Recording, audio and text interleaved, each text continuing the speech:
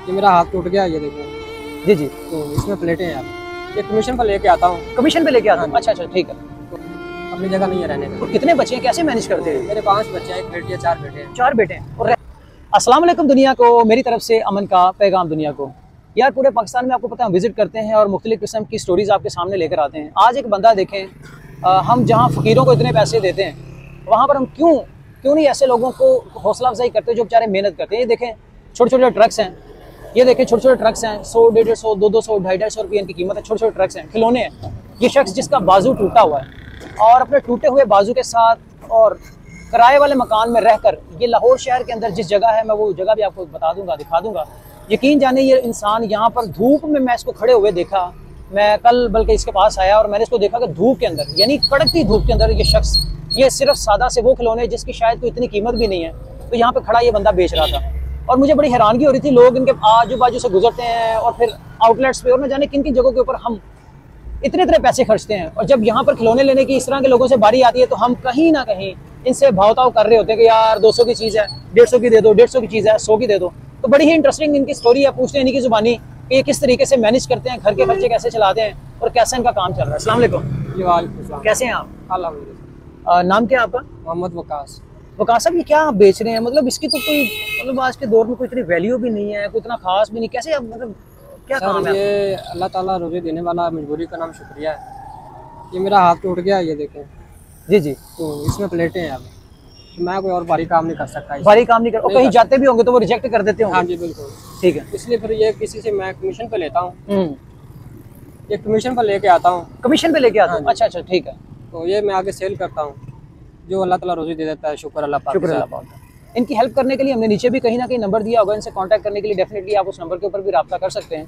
ठीक है। अब हकीकत जाने तो जहाँ कहीं हम दूसरे लोगों को कहते हैं अभी फ़कीरों को पैसे दे, इनको पैसे दे, मेरा ख्याल है ऐसे लोगों से हमें चलते फिरते वैसे ही खरीदारी कर लेनी चाहिए। और वैसे भी इसके अलावा भी अगर हमें कहीं मदद करने का सोचना चाहिए ना, तो ऐसे लोगों को ज़रूर हमें पर्सनली आकर मिलकर इनकी मदद कर देनी चाहिए, जिससे कि हमें बुरा फील ना हो, जिससे हमें ये लगे कि वाकई हमारी जो इमदाद है सही किसी हकदार तक पहुँच रही है। अच्छा, आपने बताया कि आपका घर भी किराए पर है, क्या सीन है? जी सर, मकान किराए पर है, अपनी जगह नहीं है रहने का। और कितने बच्चे हैं, कैसे मैनेज करते हैं? मेरे 5 बच्चे हैं, एक बेटी है, 4 बेटे हैं। 4 बेटे हैं। और रहने वाले कहाँ के? भावलपुर के रहशी हैं। भावलपुर के। और बच्चे उधर गांव में रहते हैं। गांव में रहते हो तो उनकी सारी बात है, खाना पीना, पढ़ाई लिखाई और सारे बाकी मामला भी सारा कुछ इन्हीं से मैनेज हो जाता है? नहीं सर, सिर्फ ये घर का खर्चा चला रहा हूँ अभी, जो बच्चे पढ़ाई के लिए इतनी हिम्मत नहीं है। हिम्मत नहीं है तो क्या कोई जाहिर बात है जेहन में कोई विश तो होगी ना, कोई जेहन में होगा कि हाँ यार अगर मेरा छोटा सा इस तरह का अगर कोई सेटअप हो जाए तो मैं जरा इससे बेहतर हो जाऊँ। क्या चाहते हो? कोई रेडी शेडी कोई इस तरह का कोई चीज़ को फल को उस तरह का काम कर सकते हो जो कोई लाइट वेट हो, कोई इस तरह की चीज़? कुछ भी काम हो जाए, रेडी लग जाए कोई फ्रूट की, चाहे कोई रिक्शा बन जाए। अच्छा, कोई भी कारोबार छोटा मोटा अगर कोई करवा दे तो उसका भला होगा। कोई सरकारी नुमाइंदा कभी आया हो? न्यूज़ चैनल्स वाले बथेरे लोग होते हैं, दाएं बाएं ये वो इस तरह के, जाहिर बात है वो पूछते हैं, आते हैं जाते हैं, कहीं ना कहीं कोई न्यूज़ को इस तरह की कोई चीज़ पहले हुई हो या किसी ने वैसे पूछा होगा? हाँ यार मेरे पास सर फर्स्ट टाइम आप ही आए। सही। तो आप अब लोगों से ये अपील करते हैं कि यार इस तरह की कोई चीज़ अगर हो जाए तो वेल एंड गुड है।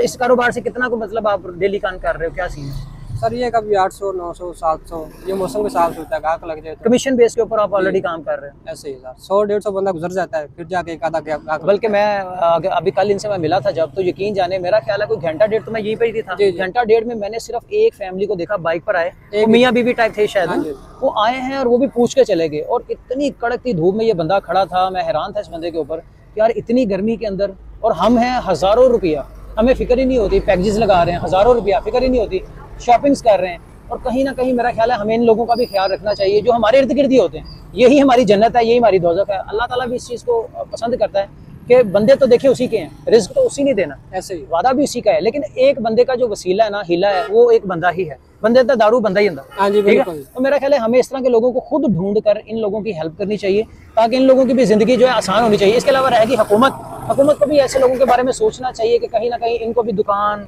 कोई ना कोई रोजगार, कोई इस तरह की कोई तंग वगैरह करते हैं, इधर बैठे होते हैं अक्सर, आते हैं दूसरे इदारे वाले को इस तरह के उठाने के लिए कुछ करते हैं इस तरह? सर वो आते हैं पीरा फोर्स जो है, जी जी, वो गुजरता है, वो कहता है यहाँ से उठा लो, तो वो भी कहते उठा लो जी। तो देखे ना गरीब बंदा जाए तो कहाँ जाए। तो मेरा ख्याल है हमें भी कहीं ना कहीं सोचना चाहिए, सरकारी इदारों को भी कहीं ना कहीं सोचना चाहिए।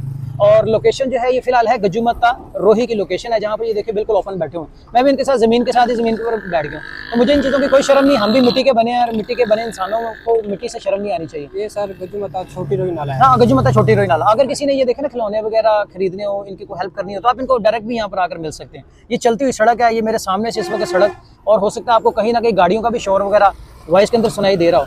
उम्मीद करता हूँ कि आपको आज की हमारी वीडियो ये स्टोरी अच्छी लगी होगी। इस तरह की कोई और स्टोरीज अगर आपके भी कोई इर्द गिर्द है या किसी बंदे की आप हेल्प करवाना चाहते हैं, तो आप हमारे दिए गए नंबर के ऊपर रब्ता करके हमें अपनी लोकेशन पर बुलाकर अपनी हेल्प के लिए भी बुला सकते हैं। टिल देन टेक केयर, फिर किसी और जगह मिलेंगे, तब तक के लिए अल्लाह हाफिज़।